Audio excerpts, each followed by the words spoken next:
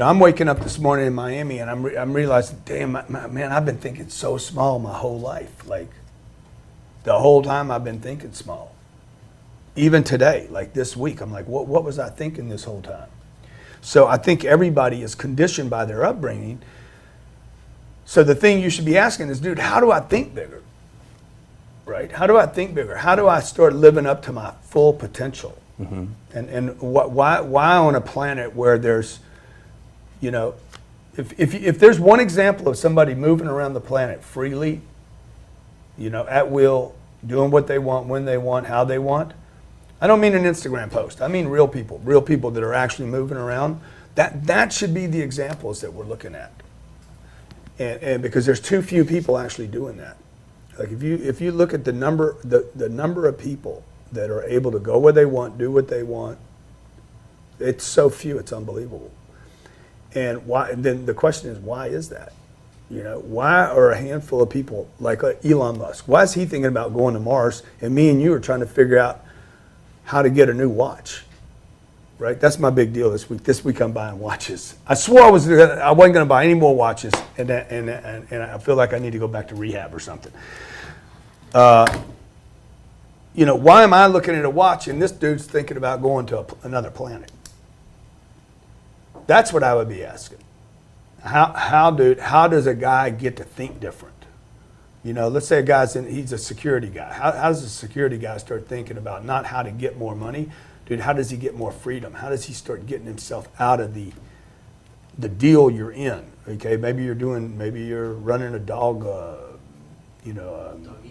a doggy daycare, and you're working for yourself and you're making 30 or 40 or 50,000 a year, or 100 grand or 200 grand. You're like, I work for myself. But dude, think bigger,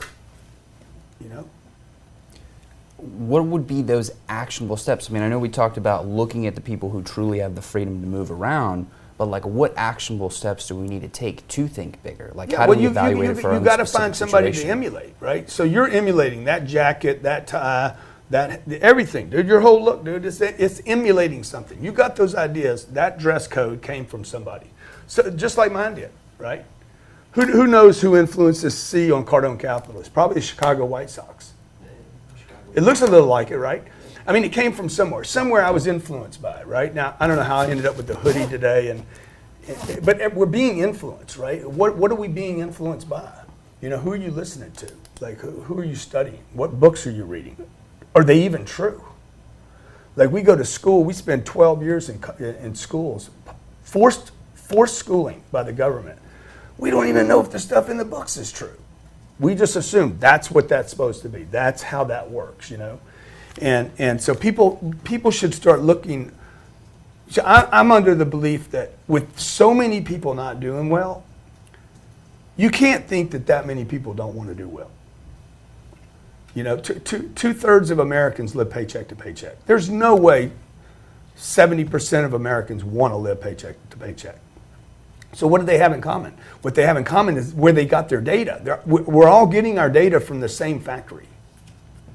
So when you look around, you see this many people being held down. It doesn't matter, blacks, whites, Native Americans, people in Russia. When that many people are being held down, when there's so much possibility on this planet, you have to start saying, wait a minute, are the people all screwed up?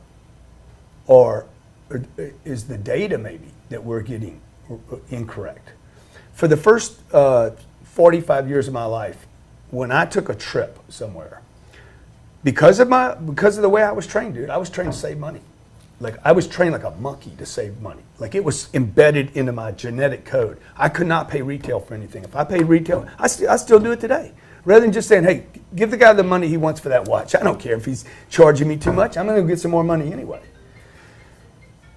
I had it embedded. Like, you got to get a good deal. You got to pay a lower price. The lower the price, the better the value. Like, it's like in my I think it's probably deep in my bone marrow, right? Which not true. It's just the way I think, right? It was pounded into me, and by the media, by my parents, by my surroundings, by Louisiana. Louisiana is really big on pay less. And even stores called Payless, dollar store, budget store. Our deals are this weekend, so don't pay retail. put more air in your tires. It'll save you gas. All these crazy things when you look at them. And so when you're thinking about how to spend less, you don't have your attention on offense. Dude, how do I go get more? Then you come to Miami. I mean, you got to be freaking out in Miami. Is it a little bit of a culture shock? It's amazing. Dude, honestly. you're like, oh my God, dude.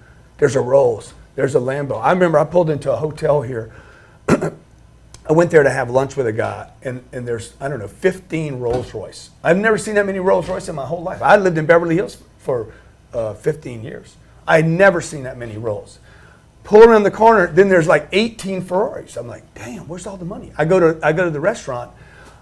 I walk in, I had to cover my watch. I was ashamed of my watch because my little watch, there's 400 grand on his arm, 600,000 on his, $1 million watch over here. I mean, it was like crazy, and money from all over the world. So it's like, I don't know if I'm answering your question here, but it's almost like you got to lift off all this bad data about scarcity and shortages and just get by and be grateful for the little bit you have and start thinking in terms of abundance and prosperity and because it's not a myth. I mean, these people actually have more than they can actually ever get rid of.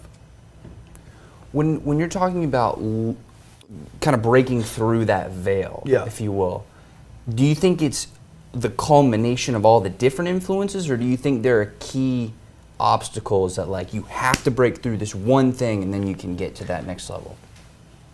I think it's a stripping of data. I think everybody's looking to add the right piece of information. I think what people should be doing is looking at what information do I need to remove from my input, right? Because you're calculating every day. We're all calculating, right? And we're coming up with some result.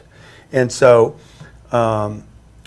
they send me over to the golf. I'm over there golfing, and they're like, practice your swing. I'm like, dude, my swing's terrible. All I'm going to do is I'm going to groove in a bad swing and bad habits. That's all I'm doing is grooving in the same data. I need to strip away first. Don't give me another swing. I need to strip away the old swing, right? So in finance and entrepreneurship and particularly in the freedom search, people need to get rid of this slave mentality. And I think, like if you just look around, like where is it coming from? Dude, the banks tell you to save your money. Save it with who? With them. Wall Street says start investing. With who? With them. You need to start when you're young. Did you hear that? Yeah. The younger you start, even if it's little amounts, who's telling you that? The guys that want that freaking dough. They even set up accounts for you. Worry about retirement. How old are you? 24. 24 years old, dude. Do you have a retirement account? I have a savings account. Yeah. Yes. You got people that are actually setting up retirement accounts in their mid-20s. The last thing you need to worry about is retiring. Okay, I had an older brother die at 25 years old.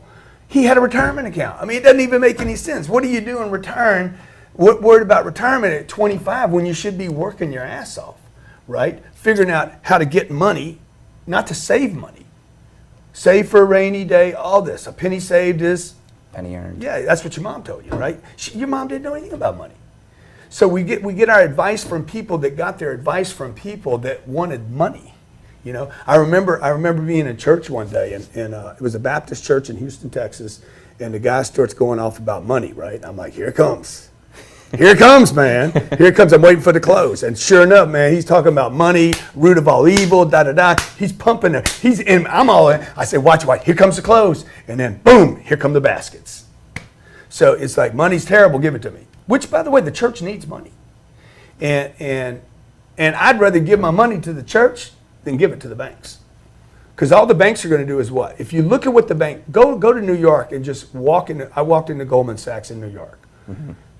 It was a mind blow for me, dude. It was the elevators. They got elevators that are half the size of this studio.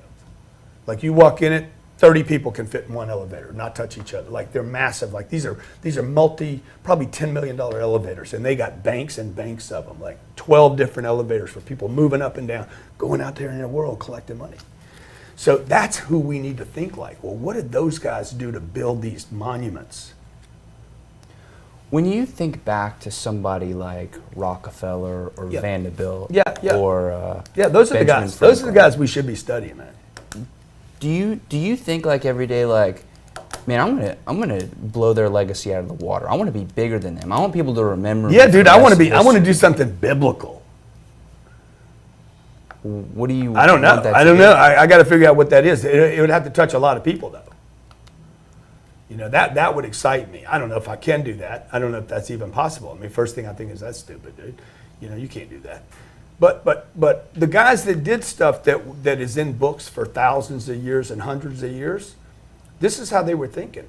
They weren't thinking for themselves. They wanted to change something, whether it was Columbus or Jesus, you know, probably bad comparisons, but or Gandhi or Mother Teresa. They didn't want to do something just because I want to be in the history books. They wanted to do something different. I don't know what compelled them to want to do something different. But I think Johnny wants to do something big. Like once you get a taste, man, and you're like, so it's like Dwayne Wade retired this week, right? Dude, until he figures out what he's going to do to discover the next Dwayne Wade, he is going to be miserable. Yeah. You know, these guys talk about this. My friend Tim Grover, he's a coach to, he was a coach to Michael Jordan and Kobe, and he says, look, man, when Kobe won his ring, everybody goes out and they're partying that weekend and they're getting drunk and wasted. And Kobe's like, what's next? What are we going to do next? And you see, in our society today, that's condemned. It's like, dude, just enjoy yourself. Just enjoy yourself, enjoy the ring. And he's like, no, what's next? And he's right. What we should all be looking for is what can I do next? Do you feel like there's ever a point where you can think too big? Like for example, No, you were just. I don't think there's a point where you can think too big. So when you were saying like you wanted to do I something, think you can think too small. I don't think anybody needs to worry about thinking too big. To the point of being delusional. Like the issue is, hey, am I just being delusional? Look, you need it. Your thinking needs to be backed by some kind of math. right? There needs to be some kind of blueprint. Okay, I'm going to do this today.